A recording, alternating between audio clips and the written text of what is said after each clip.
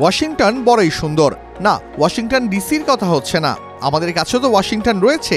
জাতীয় দলের allrounder Washington সুন্দর। কেরিয়ার শুরু হয়েছিল অনেক আগে। জাতীয় দলে বেশিরভাগ ক্ষেত্রেই ব্যাক হিসাবেই থাকতে হয়েছে। তবে পরিস্থিতি ধীরে ধীরে পাল্টাচ্ছে।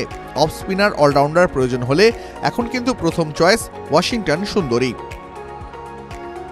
আর ওয়াশিংটনের চয়েস? ইন্ডিয়ান প্রিমিয়ার লিগে তাঁর কেরিয়ার শুরু হয়েছিল রাইজিং পুনে সুপার জায়ান্টসের হয়ে।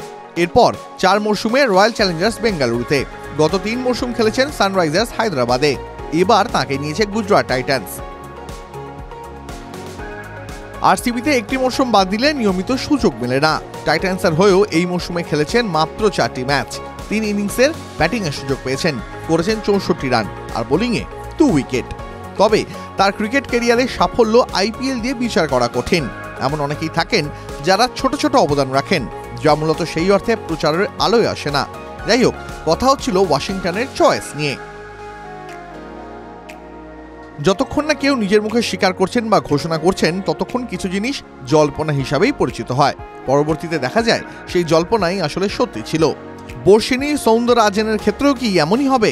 মিডিয়া রিপোর্টস, নানা অনুমান, অঙ্ক থেকে উঠে এসেছে ওয়াশিংটন সুন্দর ডেট করছেন হায়দ্রাবাদের বর্ষিনীর সঙ্গে। তেলুগু ফিল্ম ইন্ডাস্ট্রিতে জনপ্রিয় মুখ। তার আরও একটা পরিচিতি রয়েছে, ক্রিকেট লাভার। তাহলে ক্রিকেটারের গার্লফ্রেন্ড হতে পারেন না কেন? গত মরশুমগুলিতে সানরাইজার্স হায়দ্রাবাদে খেলেছেন সুন্দর, আর হায়দ্রাবাদের হোম গ্রাউন্ডে বেশিরভাগ ম্যাচেই দেখা গিয়েছে বর্ষিনীকে। সময় যতই সংকুলান হোক, গ্যালারি থেকে দলকে তাতিয়েছেন। হোম টিমকে সাপোর্ট করবেন, এটাই স্বাভাবিক। কিন্তু শুধুই কি হায়দ্রাবাদকে সাপোর্ট করতেই যেতেন? এবার বলতেই পারেন যেতেন কেন বলা হচ্ছে, এখন কি আর যান না? অবশ্যই যান, কিন্তু আগের মতন ধারাবাহিক নয়। সেই থেকে অঙ্কটা জোরালো হয়েছে। শুধু হায়দ্রাবাদ নয়, ওয়াশিংটনের টানেই যেন গ্যালারিতে হাজির থাকতেন বর্ষিনী। নানা সময় তাদের নিয়ে জল্পনা তৈরি হয়েছে।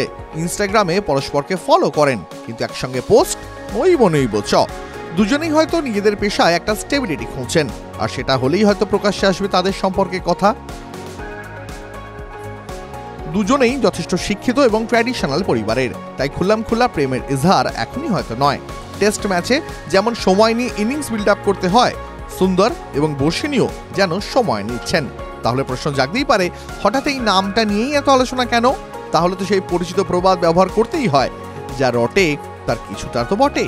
মিডিয়া রিপোর্টস কি কোনো রকম ইঙ্গিত ছাড়া এমনি এমনি দুজনের নাম জুড়ে দেবে? তা নিশ্চয়ই নয়। কিন্তু যতক্ষণ এক ঘোড়ার মুখ থেকে খবর আসছে, ততদিন না হয় জল্পনাই ধরে নিন।